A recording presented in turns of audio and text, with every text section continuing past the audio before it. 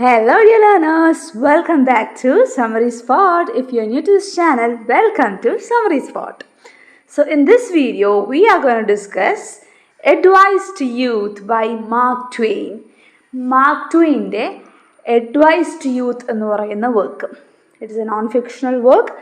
Advice to Youth. ആ പേര് കേൾക്കുമ്പോൾ തന്നെ അറിയാം അല്ലേ, യൂത്തിനുള്ള യങ് ജനറേഷനുള്ള അഡ്വൈസ്, യൂത്തിനൊരു അഡ്വൈസ് കൊടുക്കുകയാണ്. സോ ഓഫ് കോഴ്സ് ഇതൊരു എസ്സേയോ ഒരു പ്രസംഗം എന്തെങ്കിലും ആയിരിക്കും അല്ലേ. അപ്പോൾ ഇതൊരു ലെക്ചറാണ്. ആക്ച്വലി ഇതൊരു ലെക്ചറാണ്.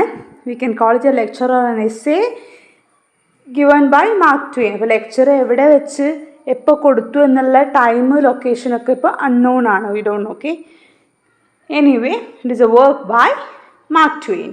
സോ മാർക്ക് ട്വെയിൻ എന്ന് പറയുന്ന ആളുടെ ഒറിജിനൽ നെയിം അല്ല ഇത്, അയാളുടെ പെൻ നെയിമാണിത്. വി ക്യാൻ ലുക്ക് എന്താണ് അദ്ദേഹത്തിൻ്റെ ഒറിജിനൽ പേര് എന്നുള്ളത്. Before that, advice to youth എന്തായിരിക്കും ഇതിൽ വരുന്നത്? വളരെ സിമ്പിൾ എസ്സേയാണ്, ഒന്നുമില്ല, ഒരു 5-6 അഡ്വൈസുകൾ ടു യൂത്ത്. അത് പാരഗ്രാഫ് ആക്കിയിട്ടാണ് ഉള്ളതും. നമ്മുടെ ടെക്സ്റ്റിൽ ആ എസ്സേ രൂപം ഒരു പാരഗ്രാഫിൽ ഓരോ അഡ്വൈസ് സ്റ്റോറീസൊക്കെ പറഞ്ഞിട്ട്. പിന്നുള്ളൊരു പ്രത്യേകത എന്താണെന്ന് വെച്ചാൽ ഒരു സെറ്റാരിക്കൽ എസ്സേ ആണ്. സെറ്റാർ എന്ന് വെച്ചാൽ എന്താ?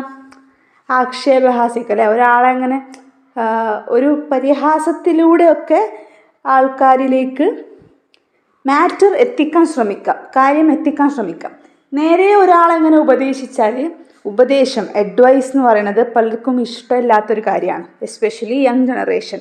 സോ ഒരു ട്രഡീഷണൽ അഡ്വൈസ് നിന്ന് മാറിയിട്ട് ഒരു പുതിയൊരു ടൈപ്പ് ഓഫ് സറ്റൈറിക്കൽ അഡ്വൈസാണ് അദ്ദേഹം ഉദ്ദേശിച്ചത്. Okay, so this is a satirical essay or lecture by Mark Twain in 1882. It mainly deals with obedience, honesty, lying, reading habit, violence. അപ്പോൾ ഈ കാര്യത്തിനൊക്കെ പറ്റിയാണ് അതിൽ അഡ്വൈസ് കൊടുക്കുന്നത്. Obedience, honesty, okay, lying, reading habit, violence ഉണ്ടാക്കരുത്, ഈ കാര്യങ്ങളിലാണ്. നമുക്ക് എസ്സേയിലേക്ക് പോവാം. സോ എസ്സേയിലെ മെയിൻ കുറച്ച് പോയിൻറ്റ്സ് ഇതാണ്. നമുക്ക് എസ്സേ ഒക്കെ നോക്കിയിട്ട് തിരിച്ച് ഈ പോയിൻറ്റ്സിലേക്ക് വരാം. ഓക്കെ, സോ ഹിയർ കംസ് ആ ടെക്സ്റ്റ്. അപ്പോൾ ഇതിൽ ഇതാ മാർക്ക് ട്വെയിൻ എന്ന് പറയുന്നത് പെൻ നെയിമാണ്. ആരുടെ? Samuel Langhorne Clemens. Samuel Langhorne Clemens ആണ് മാർക്ക് ട്വെയിനിൻ്റെ original name.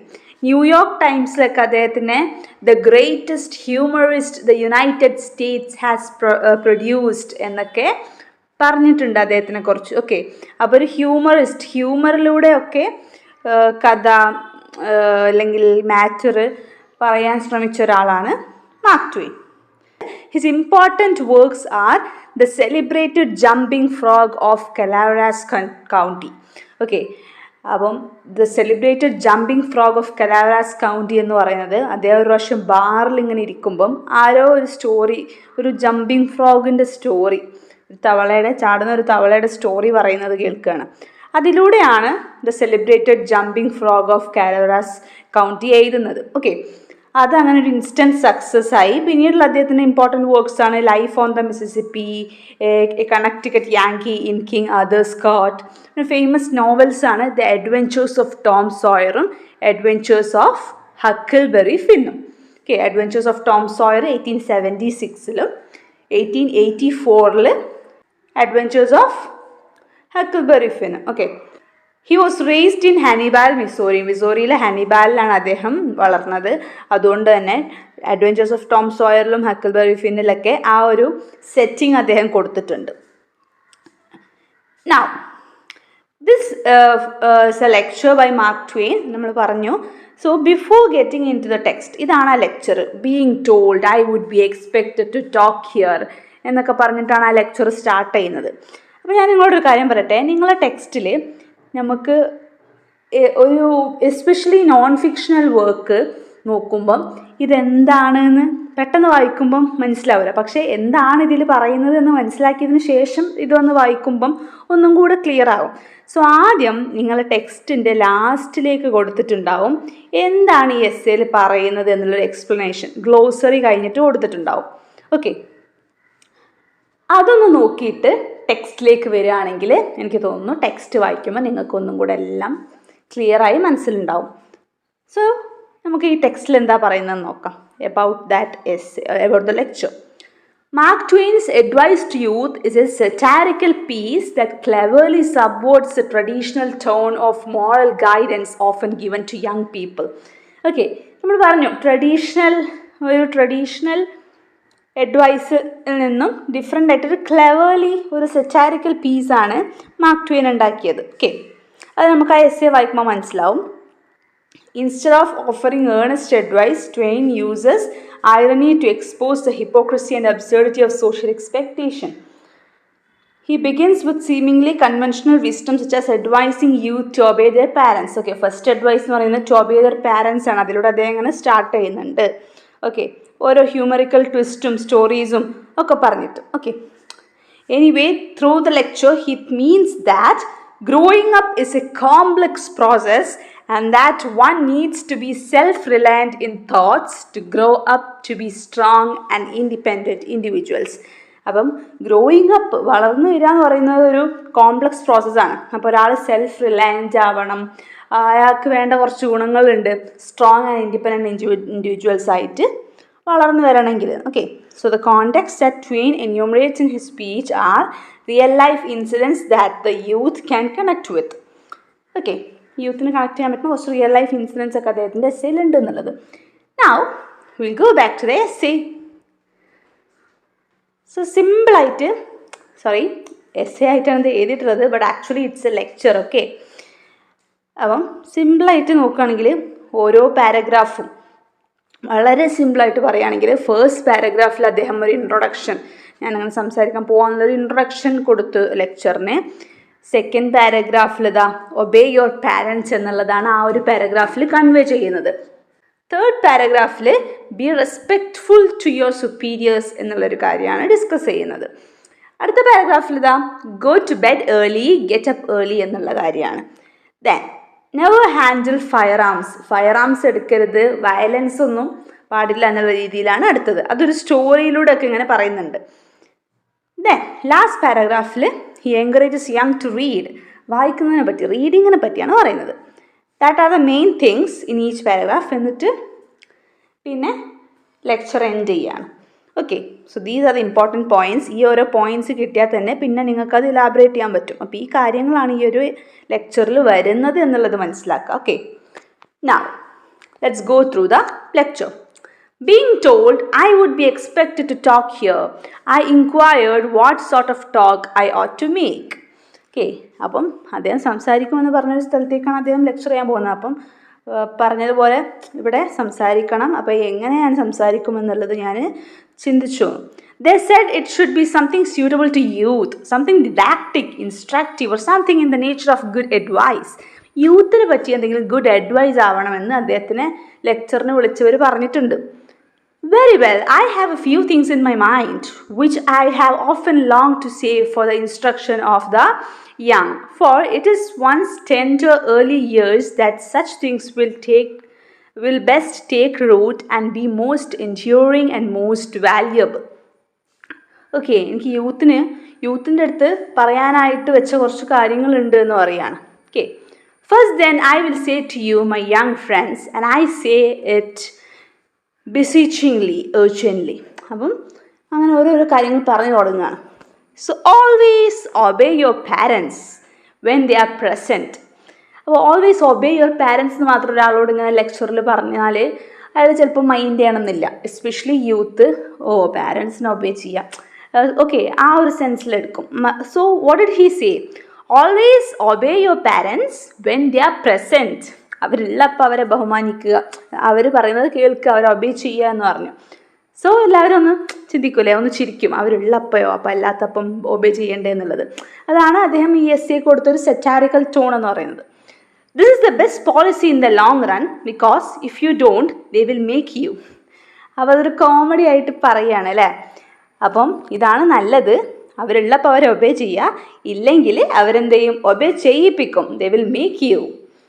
Most parents think they know better than you do, and you can generally make more by humoring that superstition that you can by acting on your own better judgment.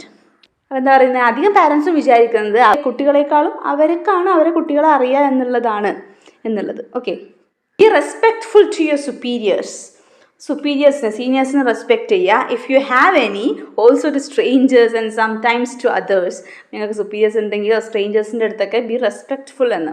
If a person offends you and you are in doubt as to whether it was intentional or not, do not resort to extreme measures. Simply watch your chance and hit him with a brick. എന്താ പറയുന്നത്, ഒരാൾ നിങ്ങളെ ഒഫെൻഡ് ചെയ്യുകയാണെങ്കിൽ, എന്തെങ്കിലും ഉപദ്രവം നിങ്ങൾക്ക് ചെയ്യുകയാണെങ്കിൽ പെട്ടെന്ന് റിയാക്ട് ചെയ്യരുത്. ടൈം എടുത്ത് വെയിറ്റ് ചെയ്തിട്ട് ചാൻസ് കിട്ടുമ്പോൾ ഒരു ബ്രിക്ക് എടുത്ത് എറിയാൻ. Okay, that will be sufficient. If you shall find that you had not intended any offence, come out frankly and confess yourself in the wrong when you struck him. Acknowledge it like a man and say you didn't mean to. ഇനി അയാൾ തെറ്റും ചെയ്തിട്ടില്ലെങ്കിൽ അയാളോട് confess ചെയ്യുക. Okay, sorry പറയുക എന്ന്. Yes, always avoid violence. In this age of charity and kindliness, the time has gone by for such things.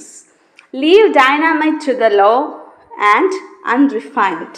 Okay, അപ്പോൾ ഈ ലോ അൺറിഫൈൻഡ് ആയിട്ടുള്ള നമ്മളുടെ ബാഡ് മൊമെൻറ്റ്സിലും ലീവ് ഡൈനാമിക് ആണ് ലൈഫ്. ഓക്കെ, ഫ്ലെക്സിബിളായിട്ട് ഒക്കെ അങ്ങനെ വയലൻ്റ് ആയിട്ട് റിയാക്ട് ചെയ്യാതെ എല്ലാം ഒരു കൂളായിട്ട് ദാറ്റ്സ് പാർട്ട് ഓഫ് ലൈഫ് എന്നുള്ള രീതിയിൽ എടുക്കാനാണ് മാർക്ക് ട്വെയിൻ യൂത്തിനോട് പറയുന്നത്. Then go to bed early, get up early. നേരത്തെ ബെഡിൽ പോവും, നേരത്തെ എണീക്കാം. This is wise.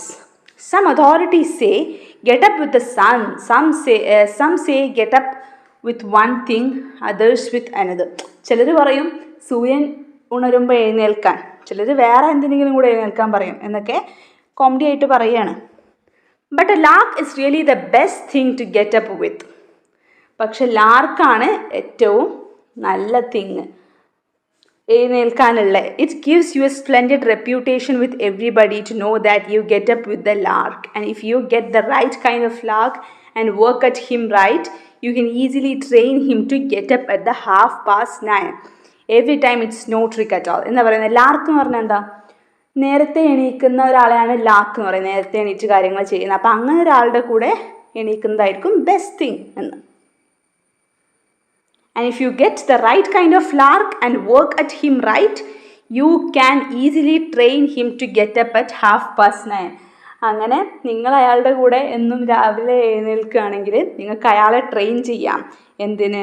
To get up 9:30. 9:30 എന്ന് വെച്ചാൽ 9 കഴിഞ്ഞ് ഹാഫ് ആൻ അവർ കഴിഞ്ഞിട്ട് ഒരു 9:30 അയാൾ എണീക്കാൻ വേണ്ടി നിങ്ങൾക്ക് എൻകറേജ് ചെയ്യാം എന്ന്. ബിക്കോസ് നിങ്ങളെപ്പോലെ അയാളും ചിലപ്പം ലേസി ആവാം എന്നൊക്കെ.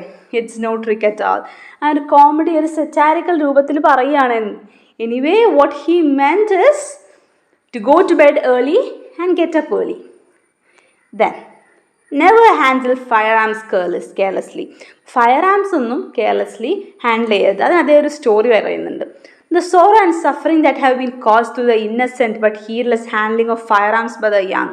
Only 4 days ago, right in the next farmhouse to the one where I am spending the summer, a grandmother, old and grey and sweet, one of the loveliest spirits in the land. Okay, you read that. ഞാൻ ഏതായാലും story പറഞ്ഞുതരാം. അദ്ദേഹം പറയാണ്, ഒരു 4 ദിവസം മുന്നേ അദ്ദേഹം നിൽക്കുന്നതിന് തൊട്ടടുത്തുള്ള ഒരു ഫാം ഹൗസിൽ ഒരു ഗ്രാൻഡ് മദർ ഉണ്ട്. ഓക്കെ, അതിന് ഗ്രാൻഡ് സണ്ണ് അത് ലോഡഡ് അല്ല എന്ന് വിചാരിച്ചിട്ട് അവരുടെ ബ്രസ്റ്റിന് നേരെ വെച്ചിട്ട് ട്രിഗർ പുള്ളയാണ്. അത് ആ സ്റ്റോറി ഇങ്ങനെ പറഞ്ഞ് കേൾക്കുമ്പം അത് പുള്ളയും ആ ഗ്രാൻഡ് മദറിന് എന്തോ സംഭവിക്കുമെന്ന് നമ്മൾ വിചാരിക്കാം. Okay, but he had supposed it was not loaded and he was right. It wasn't, അത് ലോഡഡ് അല്ലായിരുന്നു എന്ന് പറയുകയാണ്.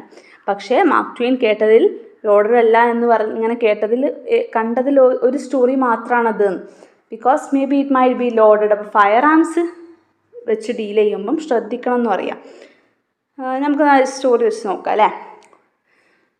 Only 4 days ago, right in the next farmhouse to the one where I am spending the summer, a grandmother, old and grey and sweet, one of the loveliest spirits in the land, was sitting at her work, when her young grandson crept in and got down an old battered rusty gun which had not been touched for many years, and was supposed not to be loaded. അപ്പോൾ എന്താ പറയുന്നത്, നല്ലൊരു sweet grand mother അവിടെ ഇരിക്കുന്ന describe ചെയ്യുന്നുണ്ട്. Grand സണ്ണിനെ shoot ചെയ്യാൻ വേണ്ടിയിട്ട്, കളിക്കാൻ വേണ്ടിയിട്ട് ഗണ്ണെടുത്തു. Okay, and he thought it's not loaded.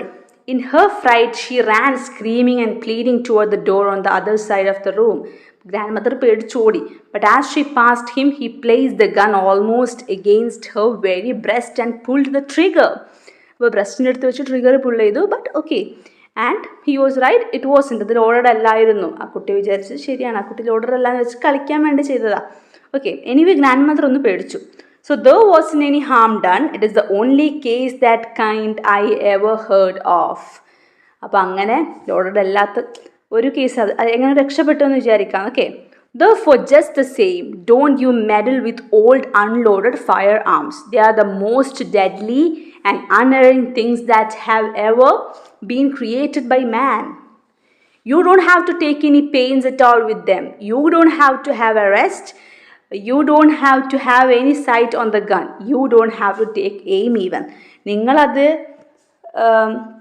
അതിൻ്റെ കൂടെ റെസ്റ്റ് എടുക്കുക, അതിൻ്റെ പെയിൻസ് അനുഭവിക്കുക, അത് നോക്കുക വേണ്ട എന്ന് fire arms. Okay, so fire arms വെച്ച് ഹാൻഡിൽ ചെയ്യേണ്ട, അത് യൂസ് ചെയ്യേണ്ട എന്നുള്ളതാണ് ആ ഒരു പാരഗ്രാഫിൽ പറയുന്നത്. And the last two paragraphs, there are many sort of books, but good ones are the sort for the young to read. അപ്പം കുറേ ബുക്സ് ഉണ്ട്, പക്ഷേ ഏറ്റവും നല്ല ബുക്സ് യങ്ങിന് റീഡ് ചെയ്യാൻ പറ്റുന്ന കൈൻഡ് ഓഫ് ബുക്സ് ആണ്. Remember that they are a great and inestimable and unspeakable means of improvement. Read ചെയ്യുക എന്ന് പറയുന്നത് അത്രയും നല്ലൊരു കാര്യമാണ്. Okay, therefore be careful in your selection, my young friends. Be very careful. Confine yourself exclusively to. അപ്പം കുറച്ച് books suggest ചെയ്യാണ്. Read ചെയ്യുക എന്ന് പറയുമ്പം ഇമ്പ്രൂവ്മെൻറ്റ് ഏറ്റവും നല്ലൊരു മെത്തേഡാണ്. But be careful when you choose books. റോബർട്ട്സൺസിൻ്റെ sermons, Baxter's Saints' rest, the innocents abroad and works of that kind, അതൊക്കെയാണ് ചൂസ് ചെയ്യേണ്ടതെന്ന് പറയാം. But I have said enough. I hope you will treasure up the instructions which I have given you and make them a guide to your feet and a light to your understanding. Build your character thoughtfully and painstakingly upon these precepts, and by, when you have got it built, you will be surprised and gratified to see how nicely and sharply it resembles everybody else. Okay, അപ്പം അദ്ദേഹം പറയുകയാണ്, അപ്പം ഞാനിത് പറയാനത് പറഞ്ഞു കഴിഞ്ഞു. ഇത് നിങ്ങൾ ഈ കാര്യങ്ങളൊക്കെ ട്രഷർ ചെയ്യുക. Okay, and build yourself, നല്ലൊരാളായിട്ട് ജീവിക്കുക എന്നുള്ള നല്ലൊരു അഡ്വൈസ് യൂത്തിന് കൊടുത്തുകൊണ്ട് ഹീസ് എൻഡിങ്. ഓക്കെ, സോ ഇതാണ് എസ്സേയുടെ summary, main points. Obey your parents, show respect for authority and value truthfulness, seek revenge carefully and be smart about it. Okay, avoid violence unless it's really necessary. അത്യാവശ്യമാണെങ്കിൽ മാത്രം നല്ല ആ ഒരു brick എടുത്തെറിയുന്ന കേസൊക്കെ പറയുന്നത്. Think for your self, question societal norms and expectations. സ്വന്തമായിട്ട് self reliant ആയിട്ട് think ചെയ്ത് നല്ലതെന്ന് തോന്നുന്നത് ചെയ്യുക എന്നൊക്കെ പറഞ്ഞുകൊണ്ടാണ് എസ്സേ എൻഡ് ചെയ്യുന്നത്. Okay, so Mark Twain uses humor and satire to encourage critical thinking about traditional moral advice. So this lecture is something different from traditional moral advice. Traditional moral അഡ്വൈസിൽ നിന്നും മാറി കുറച്ച് ക്രിട്ടിക്കൽ തിങ്കിങ് ഒക്കെ encourage ചെയ്യുന്ന ഒരു kind of അഡ്വൈസാണ് Mark Twain യൂത്തിന് കൊടുക്കുന്നത്. So that is all about the lecture, Advice to Youth by Mark Twain.